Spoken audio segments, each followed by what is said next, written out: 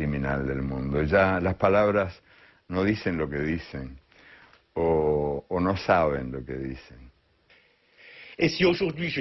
Si hoy digo que hace falta una rebelión, una revolución, un derrocamiento, un cambio total de este orden mortífero y absurdo del mundo, simplemente estoy siendo fiel a la tradición más íntima, más sagrada de nuestra civilización occidental, europea, americana. Me parece que hoy en día nuestro deber primordial es reconquistar la mentalidad simbólica y decir que el orden del mundo, tal y como está, es criminal. Porque es contrario totalmente a todas las exigencias del hombre y a los textos fundacionales de nuestras civilizaciones occidentales.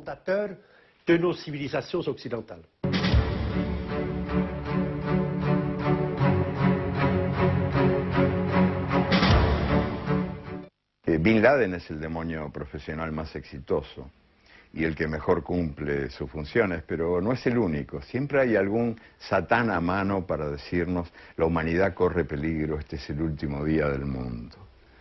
Y muchísima gente se hace eco de esas voces del miedo que imponen una dictadura invisible y paralizante que es enemiga de la dignidad humana, porque los que estamos, todos estamos enjaulados por el miedo, ya no somos libres. Y los que no somos libres, no podemos ser dignos.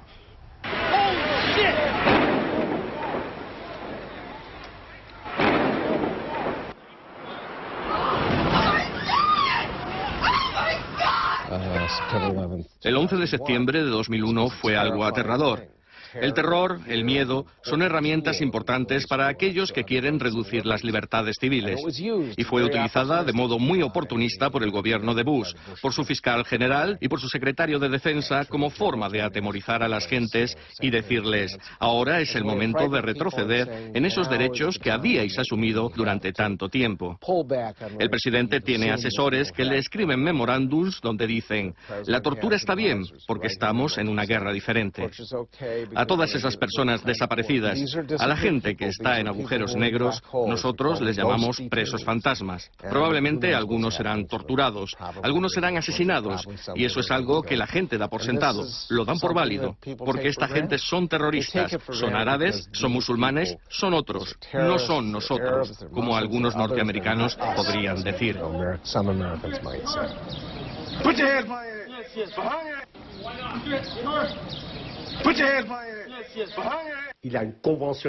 Hay una convención internacional contra la tortura.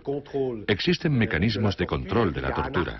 Hay un artículo en la Declaración de Derechos del Hombre que los 191 miembros de las Naciones Unidas han firmado, que prohíbe radicalmente la tortura. Y sin embargo, la mayor potencia económica y militar del planeta practica abiertamente la tortura, incluso hasta causar la muerte, en los territorios de Afganistán, en Guantánamo, en Abu Ghraib, en Irak. Hay aviones que cruzan los cielos de los países de la Unión Europea para trasladar de un sótano de torturas a otro a presos sin inculpar, de los que no se sabe nada, de los que no se conoce ni el nombre, que han sido detenidos por comandos enviados por el señor Bush, que actúan fuera de toda legalidad internacional. Hay, por lo tanto, una destrucción, no solo un retroceso, de partes enteras, de capítulos completos de los derechos humanos.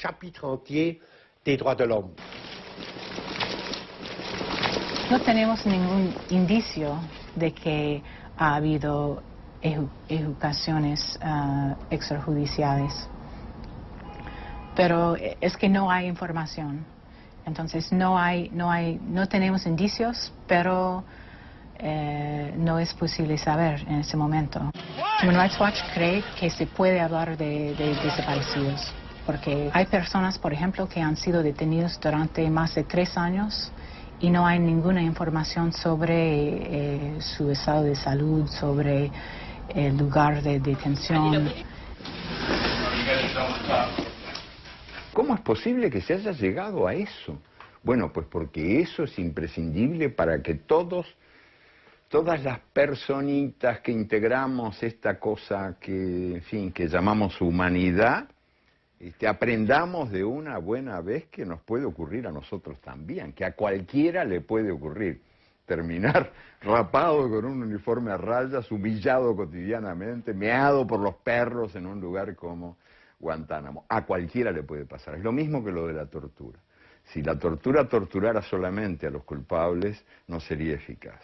Si estuvieran en Guantánamo presos nada más que los culpables de actos terroristas, Guantánamo no serviría para nada.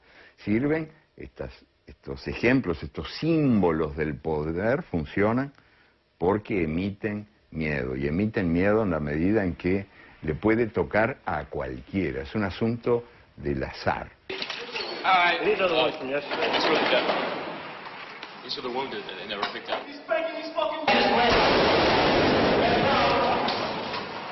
Lo que sucede es que son auténticos crímenes de guerra, si no incluso pueden llegar a ostentar la categoría de crimen de lesa humanidad.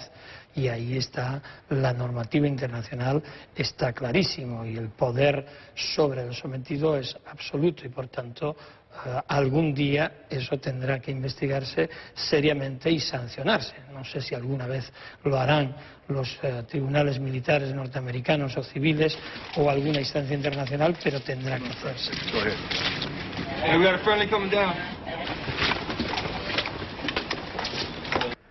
Hacía mucho tiempo que la tortura se practicaba, pero no se predicaba.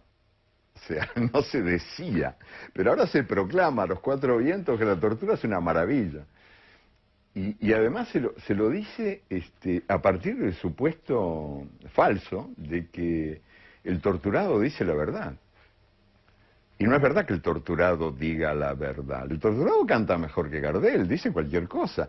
Todo torturado se convierte en novelista en el acto, y en un gran novelista.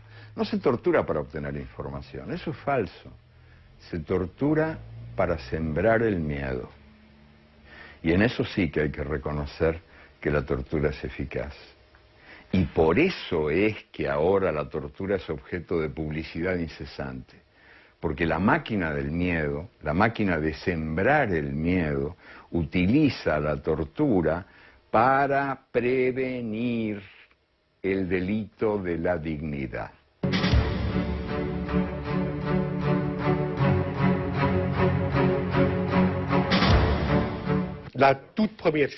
Lo primero que cada uno de nosotros debe de hacer es mirar la situación de frente y no considerar como normal y natural la destrucción, por ejemplo, de 36 millones de personas el año pasado por culpa del hambre y de la desnutrición.